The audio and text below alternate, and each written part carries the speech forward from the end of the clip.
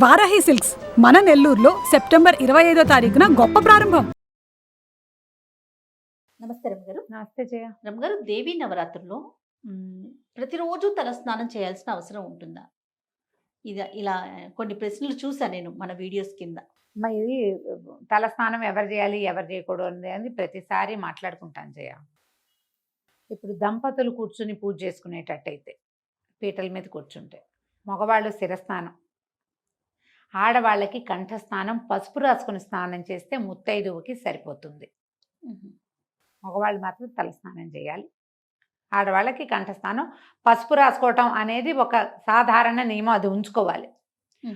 మొదటి రోజున తలెత్తి పోసుకున్నాం అనుకోండి, మళ్ళీ చివరి రోజు దాకా మీరు తలంటి పోసుకోవాల్సిన అవసరమే లేదు, నెత్తి మీద నీళ్లు పోసుకోవాల్సిన పని లేదు.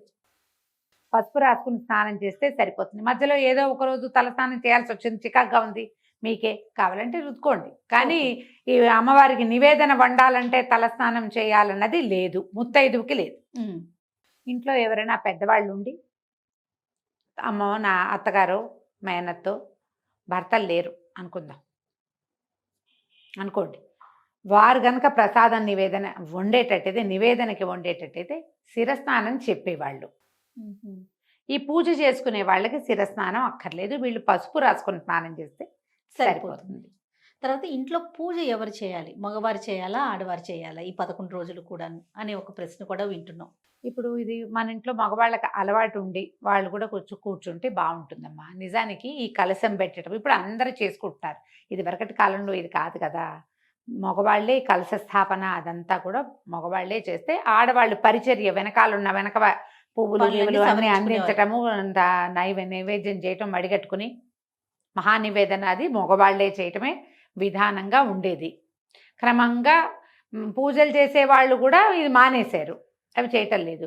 క్రమంగా ఈ పూజ పునస్కారము అమ్మవారిని అవన్నీ కూడా ఆడవాళ్ళ మీదకి జరిగిపోయినాయి.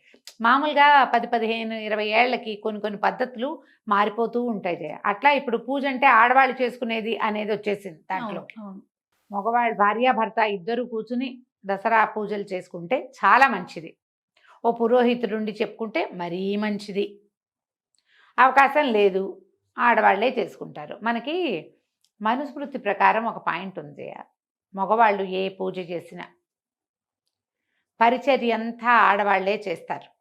వాళ్ళకి కావలసిన వ్యవహారాలన్నీ కదా సగభాగం భార్యకి చెందుతుందనేది నియమం. స్త్రీల యొక్క పూజ వాళ్ళదే కానీ భర్తకి భాగం లేదు అందులో. అందుకని ఆడవాళ్ళకి పూజలు కాకుండా ఇదివరకు స్త్రీలకి వ్రతాలు ఉండేవి. ఆ వ్రతాలు ఏమిటి? సౌభాగ్య గౌరీ, ఆ గౌరీ, అవన్నీ కూడా సౌభాగ్యాని కోసం, సంతానం కోసమే ఆ నోములన్నీ.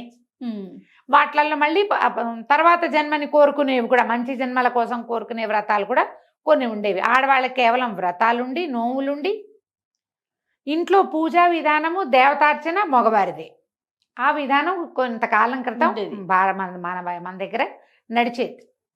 ఇప్పుడు పూజ, వ్రతము, నోము అన్నీ ఆడవాళ్ళకే. ఒట్టి సత్యనారాయణ వ్రతాలు అయితే భర్తలు కూర్చుంటారు, లేకపోతే కూర్చోరు. ఇటీవల ఏమైంది, సోషల్ మీడియా ప్రభావం పెరిగాక వరలక్ష్మి వ్రతానికి కూడా మగవాళ్ళు ఆడవాళ్ళు పక్కపక్కన కూర్చుని పూజలు చేయడం, తోరాలు కట్టుకోవడం చూస్తున్నాము ఇప్పుడు. అసలు ఎవరు ఏం చేయాలంటే మెయిన్ ఇవన్నీ స్త్రీల వ్రతాలన్నీ ఆడాళ్ళవే. పెద్ద పూజ ఇట్లాంటిది ఇంట్లో జరిగే దేవతార్చన మాత్రం మగవాళ్ళు చేయాలనేది పాతకాలపు నియమం. తర్వాత శ్రీరాముడి కళ్యాణం అప్పుడు కూడా పీట్ల మీద కూర్చుంటారు. సీతా కళ్యాణానికి కూర్చుంటాము, శివ కళ్యాణాన్ని కూర్చుంటాము. ఏదైనా మన పెద్ద పెద్ద అభిషేకాలు, యజ్ఞము, హోమం అలా జరిగేటప్పుడు భార్యలు పక్కన కూర్చుని, భర్త ఏమైనా ఆయన చేస్తే భార్య పక్కన పరిచర్య సహాయం చేయటం, పక్కన కూర్చోటం. ఈ మన అంకురార్పణ చేస్తాం కదా ఈ కళ్యాణాలు, పిల్లల పెళ్ళిళ్ళప్పుడు. తర్వాత ఏమో సీతారామ కళ్యాణాన్ని కూడా అంకురార్పణ చేస్తారు. ఈ దసరాలప్పుడు కూడా తొలి రోజున అంకురారోపణం చేస్తారు. వాటన్నిటికీ భార్యలు పక్కన ఉండాలి, భార్యాభర్త పక్కన పీటల మీద కూర్చొని చేసుకుంటారు. మామూలు వ్రతాలు ఆడవాళ్ళ వ్రతాలు ఆడవాళ్ళు చేసుకోవచ్చు. ఈ దసరాలప్పుడు భర్తలు కూడా నియమంగా పక్కనుండి కనీసం దీపారాధన చేసినప్పుడైనా కలిసి దండం పెట్టుకుంటే మంచిది. మిగిలిన పూజ వెనకాల వ్యవహారం అంతా ఆడవాళ్ళు నడుపుతారనుకోండి, అవకాశం ఉంటే చేయండి అమ్మా. వాళ్ళు చేస్తేనే ఇది కుదురుతుంది అలాంటివి పెట్టుకోకండి. ఏదో ఒకటి జరగాలి. మీ ఇంట్లో లలితా సహస్రనామ పారాయణ, చాంటింగో మీరు పైకి చదివేదో చేస్తే ఇంటికి మంచిది, అంతే. నువ్వు చేయాల్సిందేనని వాళ్ళని బలవంత పెట్టి చేయించడం, మరి మనసు లేని పూజ ఎందుకు, ప్రయోజనం లేదు కదా.